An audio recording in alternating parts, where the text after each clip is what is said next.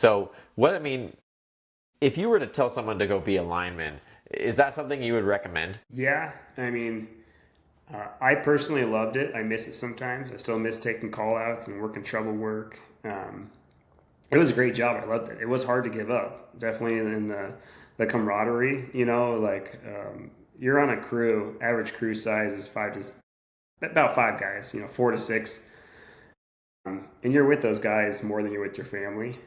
So you get really close. They're just great for the most part. There's some guys obviously you don't want to work with, but for the most Yeah. part, we all had a blast. We'd have so much fun at work, and we'd be around each other for 24 hours at a time. Sometimes we'll go out on storm, and you're 24 and 8, so you're working 24 on, 8 off, 24 on, 8 off.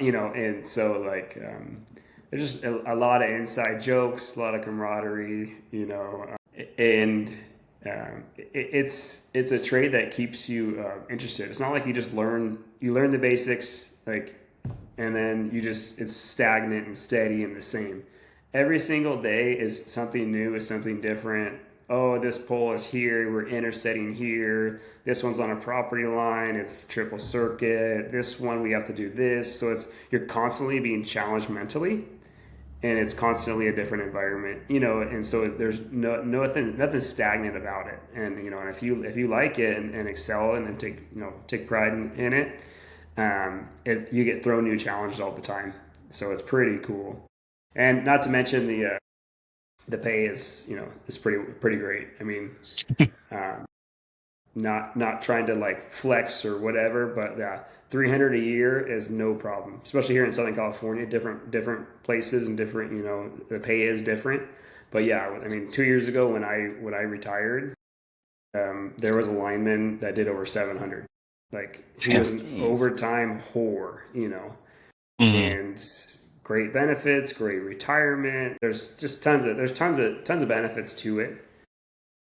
But yeah, like I said, I did 300, and I think I maybe worked 1 or 2 Saturdays. I didn't work any weekends doing that. Damn. Yeah, because I could adjust my hours accordingly. I worked in a cool yard, so I can work up to 16 hours, during the week. Hmm. So I pushed a crew for 2 years, and when I had my own crew, I can adjust my hours. So I'd come in at 6 and I'd stay and work till about 7 and wait out traffic. You know, Hmm. unless we're working emergency. If we're working emergency, then we'll work a 24.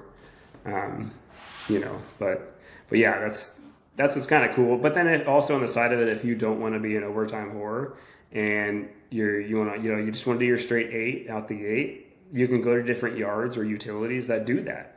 So you're still making good money, and you can be a total family man. You don't have to. And there's also Hmm. different avenues too, where you don't always have to be in the field. There's a lot of jobs. Once you've gained the knowledge, you can go inside to the planning aspect of it. If you don't want to stay out in the field forever, or you're broke Sure. down or something, stuff like that. So that's what's kind of cool, is that it does open up other job opportunities. Hmm. That's what people a lot of times don't see is like the routes you can take. When you're in blue collar, it's like nobody's saying you need to go be a lineman essentially and be a lineman for 40 years, like be out, working the emergency calls and doing all that stuff for that long. You don't have to do that. And if you don't want to, you especially don't have to. And it's super important right there what you said, where you can actually do 8-hour shifts and be at home, because a lot of people think that everybody in trade work is just like constantly grinding and constantly working and never at home, and oh yeah, you make all the money but you're gone all the time. There's people that make Mhm. great money, and are at home to spend time with their family, and that's important to me too, as we just had a baby last year, and it puts it in perspective.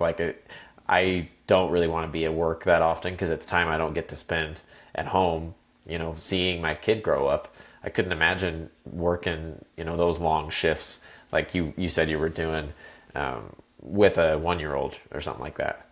I feel like you miss out on their whole life. Yeah, yeah. No, I saw plenty of dads, just missing their kids' games, and all this, and they got acclimated to it, so they're, whatever, and maybe that's fine with them. I just didn't want to be that dad.